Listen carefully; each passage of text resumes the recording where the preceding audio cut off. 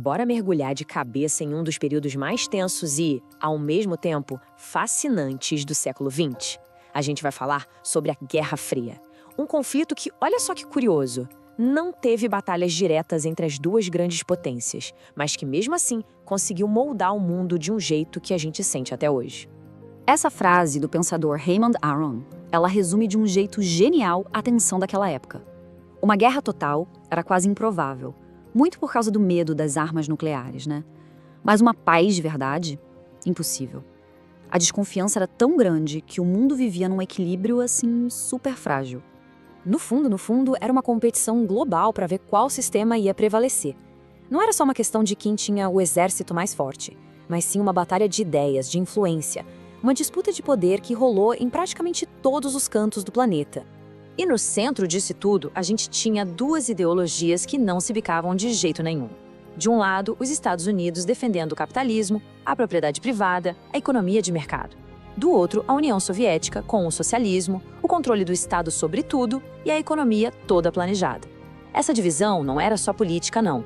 Ela ditou as regras de absolutamente todos os aspectos desse conflito. A poeira da Segunda Guerra Mundial mal tinha assentado e o mapa do mundo já estava sendo redesenhado. Vamos ver agora como é que o planeta se partiu em dois. É impressionante parar para pensar nisso, né? Os mesmos países que lutaram lado a lado para derrotar o nazismo, de repente, viraram os maiores rivais. Com a Europa toda destruída, cada superpotência correu para aumentar sua área de influência. E foi aí que nasceu essa desconfiança global que durou décadas. E essa barreira simbólica, que ficou conhecida como Cortina de Ferro, separou o Ocidente capitalista do Leste socialista. E não era só uma linha no mapa, gente, era uma divisão muito profunda que separava ideologias, economias e, o mais triste, até famílias. A competição também era na grana, claro.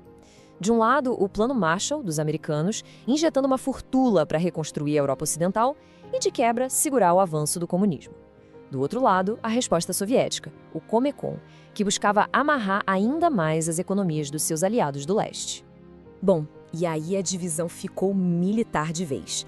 O Ocidente criou a OTAN, aquela aliança de mexeu com um, mexeu com todos.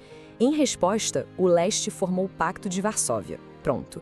O mundo estava oficialmente dividido em dois blocos armados até os dentes, criando uma ordem mundial bipolar, onde qualquer faísca podia literalmente botar fogo no planeta inteiro. Com o tabuleiro montado dessa forma, a competição só esquentou. A rivalidade virou uma corrida maluca de altíssimo risco para ver quem tinha o domínio tecnológico e militar. O medo da tal destruição mútua assegurada fazia uma guerra direta ser quase impensável, porque, né? Ninguém ia sair vivo para contar a história. Só que essa paz era baseada na ameaça constante de um apocalipse nuclear. Imagina a tensão global que isso gerou por décadas. Mas, ao mesmo tempo, uma outra competição, bem mais inspiradora, acontecia lá no céu, a corrida espacial. Cada marco, o lançamento do Sputnik, o primeiro homem no espaço, a chegada na Lua, nada disso era só um feito científico. Era, na verdade, uma propaganda poderosíssima. Uma demonstração de qual ideologia era superior para o mundo inteiro ver. As superpotências evitavam um confronto direto, o cara a cara.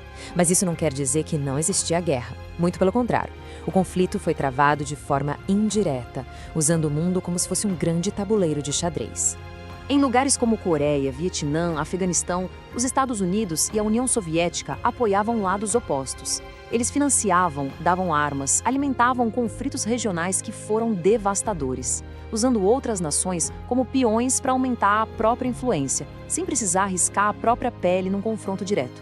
E o custo humano para esses países foi gigantesco. Só que em 1962, essa linha fininha entre a guerra indireta e a guerra total quase se rompeu. Foi o momento em que o mundo inteiro prendeu a respiração, de verdade, à beira de um colapso nuclear. Esse foi, sem dúvida, um momento em que o planeta chegou mais perto de uma guerra nuclear total. Foram 13 dias de uma angústia absurda, com o destino da humanidade por um fio, enquanto os dois lados pensavam qual seria o próximo passo à beira do abismo. E assim, a gente chega no ato final dessa história. Vamos ver agora como um muro de concreto virou o maior símbolo da divisão e como as rachaduras internas do sistema levaram ao desmoronamento de uma superpotência. O Muro de Berlim ele era muito mais do que só concreto e arame farpado.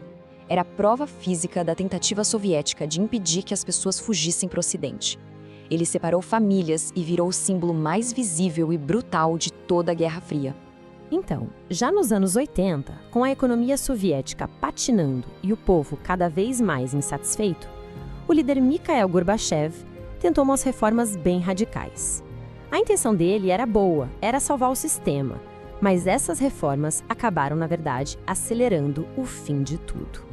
Essas reformas, a glasnost e a perestroika, acabaram abrindo uma caixa de Pandora.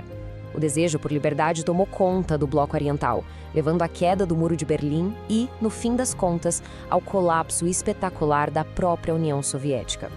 Foi tudo muito rápido. Tá, e aí, com o fim da Guerra Fria, aquele tabuleiro de xadrez global foi virado de cabeça para baixo e o mundo entrou numa fase completamente nova. A queda da União Soviética marcou a vitória do capitalismo e deixou os Estados Unidos ali sozinhos, como a única superpotência do planeta. Mas isso não significou o fim da história, como alguns disseram na época. Foi, na verdade, o começo de um cenário global diferente e talvez até mais complexo do que antes. O legado dessa rivalidade de mais de 40 anos, ele continua por aqui. Ele molda a geopolítica de hoje, as alianças militares que ainda existem, como a OTAN, e até tecnologia que a gente usa todo santo dia, como a internet e o GPS, que tiveram um empurrãozinho dessa disputa. E isso deixa a gente com uma pergunta final. Que outros ecos da Guerra Fria será que ainda estão ressoando no nosso mundo hoje?